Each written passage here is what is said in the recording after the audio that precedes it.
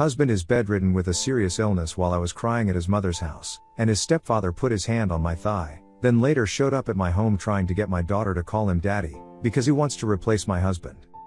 My husband is very sick right now with a serious illness that makes it hard for him to do normal, everyday things. Simple tasks that most people don't think twice about, like going to the store, helping out at home, or playing with our daughter, are things he just can't do anymore because his body is too weak. Because of this, I've had to take on everything myself. I'm the only one working and earning money to support our family, and I'm also handling everything at home. It's a lot to carry, but I'm doing my best to keep things going for all of us. Back when I first met my husband, he was healthy, full of energy, and living a normal, independent life. There were no signs whatsoever that his health would ever take such a devastating turn. He was strong, reliable, and our connection was filled with joy, laughter, and love. It didn't take long for me to realize that he was someone I wanted to build a future with, and marrying him felt like the most natural and happiest decision I could make. About a year after we got married, we got the great news that I was going to have a baby. Our daughter was born healthy and happy. Becoming parents for the first time was exciting and also a little hard, as any new parent knows. We spent all our time taking care of our baby, learning as we went, and helping each other through the sleepless nights and new daily habits. Life felt busy and tough, but very rewarding, and back then, we didn't know how much our lives would change in the years ahead. Then, completely out of the blue, everything changed. Our daughter was just 4 years old at the time, still so little, still needing so much from both of us. One morning, my husband woke up and told me something was wrong. He said his legs felt unusually heavy, like he was trying to move through wet cement. At first, we thought maybe he had just slept in an awkward position or that it was something temporary. But as the minutes passed, it became terrifyingly clear that he couldn't move them at all. He looked at me with confusion and fear in his eyes and said, "I can't move my legs." My heart sank. I rushed to his side, hoping it was just a momentary numbness. It wasn't. The realization hit us like a wave. My husband seemed to be suddenly, inexplicably paralyzed. Panic set in, but I had to stay calm. I immediately called for an ambulance, my mind racing with worst-case scenarios. What could cause something like this to happen overnight? At the hospital, my husband had to go through a lot of emergency care, scans, blood tests, MRIs, and consultations with specialists. Hours turned into days. The fear and uncertainty were unbearable. Eventually, after what felt like an endless battery of medical evaluations, the doctors gave us the diagnosis: my husband had a rare, progressive illness, something we had never even heard of before, something that had been silently developing with no outward symptoms until that morning. The news shattered us. What then followed were countless sleepless, tear-filled nights, nights spent grappling with fear, grief, and the overwhelming weight of this new reality. Throughout everything we've gone through, every hospital visit, every difficult night, every uncertain moment, my mother-in-law has been a constant pillar of support. Her presence in our lives during this unimaginable chapter has been nothing short of essential. While I was busy accompanying my husband to endless medical appointments, test after test, and his exhausting physical therapy sessions, she was the one who stepped in to care for our daughter. She made sure our little girl felt safe, loved, and looked after in our absence, giving me the peace of mind I so desperately needed in order to fully focus on my husband's health and recovery. I truly have no complaints when it comes to my mother-in-law. Her dedication to our family has been selfless and steady, and I am deeply grateful for everything she has done to help us stay afloat. My only issue is with her second husband. You see, my mother-in-law was previously married to my husband's biological father, but that relationship ended in divorce. Later, when my husband was already in college and mostly out of the house, she remarried. Unlike my mother-in-law, who is warm, compassionate, and empathetic, her second husband is abrasive, distant, and, frankly, difficult to be around. My husband has confided in me many times about how uneasy he has always felt in his stepfather's presence. Even before his illness, there was never any sense of closeness or bond formed between the two of them. Step Phil doesn't have his own biological children of his own, so he often makes a point of reminding my husband, whenever he can, that he considers him his son. While this may come from a place of longing or a desire to belong, it consistently makes my husband deeply uncomfortable. The reality is, my husband's biological father is still very much present in his life. Even though his parents divorced many years ago, both his mother and father remained actively involved in raising him and supporting him well into adulthood. He never experienced any sort of abandonment or absence that might create a space for someone else to step in as a father figure. So from his perspective, his identity and family structure were already firmly established by the time his mother remarried. He doesn't see how someone who entered his life when he was already an adult, someone who never raised him, taught him values, or supported his growth in any meaningful way, can claim a paternal role and act like his dad. My husband has tried to express this gently but clearly. On more than one occasion, he has respectfully reminded his stepfather that while he appreciates him as his mother's husband and is willing to offer him the respect that role deserves, he does not view him as a father. He's tried to draw a healthy boundary, affirming that their relationship can still be cordial and respectful without overstepping into something it's not. Unfortunately, his stepfather either doesn't understand or chooses not to accept this boundary. He continues to push the idea of being a father figure to my husband, even now when my husband is at his most vulnerable and needs genuine support more than ever. Ever since my husband's illness took hold, we've been fortunate to receive support from both sides of the family. While my mother-in-law has been incredibly hands-on with caring for our daughter, stepping in regularly to babysit so I can focus on my husband's needs, both my stepfather-in-law and my husband's biological father have offered financial assistance to help cover my husband's mounting medical bills. The costs have been overwhelming at times, and their help has made a real difference. My husband and I are truly grateful for their contributions, and we've made sure to express that appreciation sincerely and often. In times like these, every bit of help matters, and it's not lost on us how fortunate we are to have people willing to step in. That said, I would be lying if I said everything has felt comfortable, especially when it comes to my stepfather-in-law. Despite his financial support, his behavior toward me and my daughter has started to shift in ways that are unsettling. There's a subtle change in the way he carries himself around us now, almost as if the help he's provided has given him a sense of entitlement or authority that he didn't previously feel he had.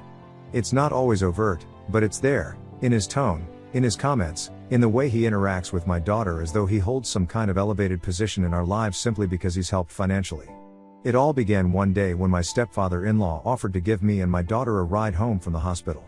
We had just spent time visiting my husband, and because it had started raining and I didn't have my car with me, I accepted his offer without hesitation. At the time, I thought it was a simple act of kindness, something any family member might do under the circumstances. I was emotionally exhausted, drained from the stress of the day, and grateful not to have to worry about transportation in that moment. During the drive, he struck up a conversation, expressing sympathy for what my husband and I were going through. I let my guard down slightly, overwhelmed by everything, and began venting a little, just trying to get some of the pressure off my chest. But then, out of nowhere, the tone of the conversation shifted. In what felt like an almost rehearsed moment, he looked over at me and said something that completely blindsided me. "If anything ever happens to your husband, I would love to take care of you and your daughter." I froze, unsure of how to respond. Before I could even process that statement, he went on, saying that I was still young and that with my beauty, I'd have plenty of prospects if life took an unfortunate turn. It was an incredibly inappropriate and unsettling thing to say, especially given the context: my husband fighting for his life, my daughter sitting quietly in the back seat, and me just trying to survive each day without falling apart. From that point on, I felt deeply uncomfortable. I didn't say much for the rest of the ride. I just stayed quiet, nodding politely, trying to mask the discomfort I felt inside me until we finally got home. The next incident occurred not long after, and it left me feeling shaken to my core. I had gone over to my mother-in-law's home to pick up my daughter after another long, emotionally exhausting day at the hospital with my husband. That particular day had been especially hard. My husband, overwhelmed by pain from his ongoing surgeries and the side effects of his medications, had been unusually agitated. He lashed out verbally, not because he meant to hurt me, but because he was suffering, and unfortunately, I was the closest person to absorb that pain. I knew not to take it personally, but that didn't make it any easier to bear. By the time I arrived at my mother-in-law's, I was holding back tears. The moment I saw her and my daughter, the emotional dam broke. I just couldn't hold it in anymore. I collapsed into her arms, sobbing uncontrollably. She comforted me with warmth and understanding, holding me while I let it all out. At that moment, I felt safe, like I was finally allowed to fall apart without having to explain or justify myself. After a while, she gently stepped away to get me a glass of water from the kitchen. That's when everything changed. My stepfather-in-law, who had been nearby but quiet until then, suddenly sat beside me. Before I could even process what was happening, he placed his hand on my thigh. I was stunned, completely frozen. Then he began slowly moving his hand up and down my thigh, speaking in a low voice, telling me he was there to take care of me. It took me a moment to register what was happening. I felt disgusted, violated, and completely blindsided. I immediately pushed his hand away and stood up, my body trembling. I told him firmly not to touch me again. Seeing the shock and revulsion on my face, he quickly began apologizing, saying he didn't mean anything by it, and that seeing me cry had somehow broken his heart. As though that could explain or excuse such an inappropriate and boundary-crossing gesture. I made it crystal clear in that moment that what he did was not okay. I told him directly to never put his hands on me again. He nodded and agreed, still insisting it was all a misunderstanding. But no amount of apologies could undo the sense of violation I felt. I left their house quickly. Later on, after some time had passed and I'd had a chance to process the incident, I decided to bring it up with my mother-in-law during a private phone call. I felt it was important for her to know, not just for my own peace of mind, but also because I needed to set clear boundaries in a home where I often had to leave my daughter. I waited until we were speaking one-on-one, hoping that she would take the situation seriously and understand the discomfort and unease I had been carrying with me ever since. I carefully explained what had happened, how vulnerable I had been that day, how her husband had touched me inappropriately and made disturbing comments under the guise of concern. I wasn't angry during the conversation, I just needed to be heard and supported. But instead of the understanding or outrage I had hoped for, she downplayed the incident. She told me that she didn't think it was as big of a deal as I was making it out to be. She reassured me that her husband was only trying to be kind and that perhaps his words or actions had just come out wrong. According to her, his intentions were good. That response hit me hard. I felt invalidated, as though my experience had been minimized and swept aside to preserve comfort and avoid confrontation. Her reaction left me feeling isolated, uncertain about how safe or welcome I truly was in her home from that point forward. It also made me question whether I could continue to leave my daughter there, knowing that someone who had violated my boundaries would still be present. Recently, I was at home spending some quiet, quality time with my daughter. We were playing, laughing, just trying to enjoy a moment of peace amidst the chaos that has consumed our lives for so long. It was one of those rare, gentle moments that gave me a sense of normalcy again. Then, completely unannounced, my stepfather-in-law showed up at our door. He said he had come by to drop off some home-cooked meals that my mother-in-law had prepared for us, a kind gesture she often does, and one I've always appreciated. He handed me the food and greeted my daughter with a hug. I didn't think too much of it at first. I thanked him and went into the kitchen to put the food away. But then, from the kitchen, I overheard something that made me stop in my tracks. He was talking to my daughter, my young, impressionable daughter, and repeatedly encouraging her to call him daddy. At first, I thought I'd misheard. Confused, I stepped out and asked him directly what was going on. Why was he telling her to call him that? His demeanor shifted instantly. He chuckled awkwardly, brushing it off and saying it was just an inside joke between the two of them. I didn't laugh. I didn't smile. I asked him again, this time more firmly, what exactly the joke was. That's when he said that since my husband is bedridden and unable to participate in daily life as he used to, he felt it was right that my daughter have a real father figure around, and that he could potentially become sort of her dad if my husband ever passed away. His words landed like a punch. The audacity, the entitlement, the sheer inappropriateness of it all was overwhelming. This wasn't just a boundary being crossed, this was a blatant, calculated attempt to insert himself into roles he has absolutely no right to claim. He was not only disregarding the presence of my husband, who despite his illness is still very much her father, but also disrespecting me as a mother, as a wife, and as a human being trying to hold her family together during a time of crisis. From that moment, any lingering doubt I had about his intentions vanished. His behavior is not only unsettling, it's manipulative and dangerous, especially when it involves my child. What are you even talking about? I demanded, my voice rising in anger and shock. Potential dad to my daughter? The words tasted vile just repeating them. I couldn't hold it in, I yelled at him, furious and heartbroken all at once. I reminded him that my husband is still very much alive. Yes, he's ill, yes, he's bedridden, but he is still here. He is still her father. And God forbid something ever happened to him, he would still be the only father my daughter would ever have. That bond cannot be replaced or rewritten by anyone, not by circumstance, and certainly not by him. But instead of backing down, my stepfather-in-law tried to defend himself. He started clamoring for words, insisting that my daughter didn't have to live without a father figure, and that he could easily solve that problem by stepping in and being like a father to her. As if this was some simple gap to be filled, like a role in a play he could audition for. The arrogance of it was staggering. I didn't hold back. I raised my voice and told him firmly that he was my daughter's grandfather, and nothing more. He needed to know his place and respect the boundaries of that role. What he was saying was completely inappropriate, disrespectful, and frankly, disturbing. I made it clear that this kind of talk was unacceptable, and I would not tolerate it under any circumstances. My stepfather-in-law looked visibly angry, like he had expected me to just accept his nonsense quietly, to roll over and let him say whatever he wanted without consequence. But I refused to let that happen. We exchanged a few more heated words, sharp, direct, and no longer polite. I was furious, every word fueled by the anger of someone fiercely protecting her family.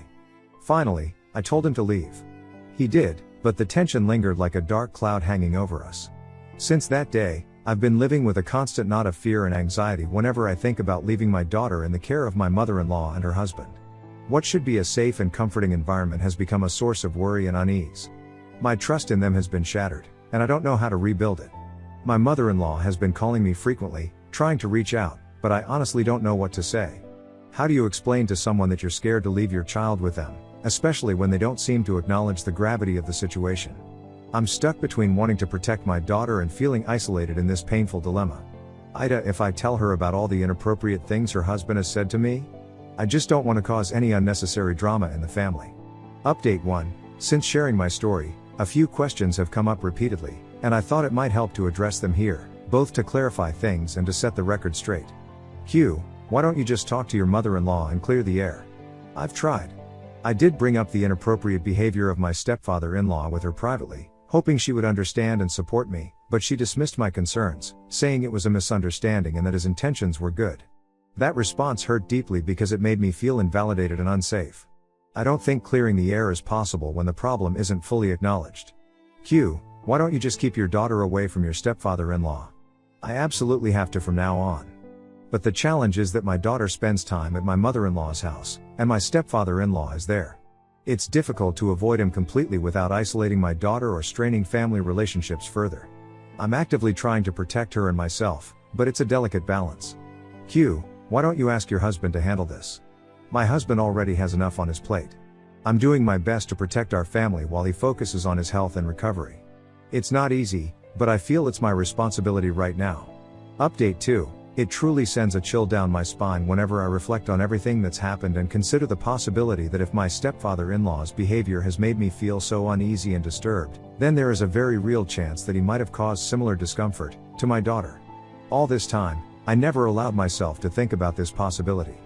My focus has been so intensely fixed on trying to protect my husband, managing the overwhelming responsibilities of our situation, and coping with my own emotions that I simply didn't stop to consider how my daughter might have experienced Step Phil's presence and actions. Looking back now, it's a terrifying thought to realize that my child, who is innocent and trusting, may have been exposed to his gross behavior too, that might have made her feel confused, unsafe, or uneasy. I mean, if Step Phil can behave with me this way, there is a very real chance that he might have tried to behave the same with my daughter. The idea that someone I should be able to trust, someone who should be nurturing and protective, could have crossed boundaries with my child in any way is deeply unsettling and fills me with anger. It's very painful to admit, but I know I have to be even more careful and watchful to keep her safe, not just physically but also emotionally. Kids often don't have the words or understanding to explain what they're going through, so it's up to the adults to notice and protect them. I want to sincerely thank the people in the comments for bringing this to my attention. Sometimes, when you're in the middle of a situation, it's easy to overlook certain details or minimize their impact. So, I am glad that people have pointed this out in the comments and given me something to think about. Update 3. So, this week, I finally found the courage to have a serious conversation with my mother-in-law about everything that's been happening. I knew this talk could stir up a lot of emotions and tension, but I felt I couldn't keep delaying this conversation and carrying this burden alone anymore. For anyone who might have worried that my mother-in-law wouldn't believe me or wouldn't take my side, I want to be clear, she stood firmly with me. I was shaking and crying as I poured my heart out to her, repeatedly apologizing as if somehow I was to blame. Despite the awkwardness of the conversation, she completely validated my feelings and my experiences. She held me close, wrapping me in a hug, and told me over and over that I had absolutely nothing to apologize for. That reassurance was very surprising but healing. She apologized to me for not taking me seriously last time and admitted that she had no idea her husband's behavior was this bad.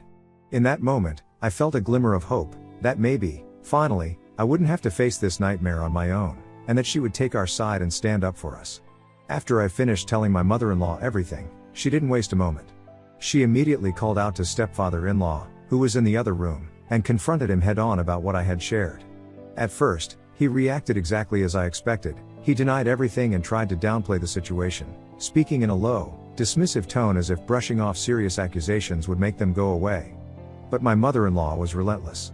She raised her voice and kept yelling at him, refusing to let him off the hook.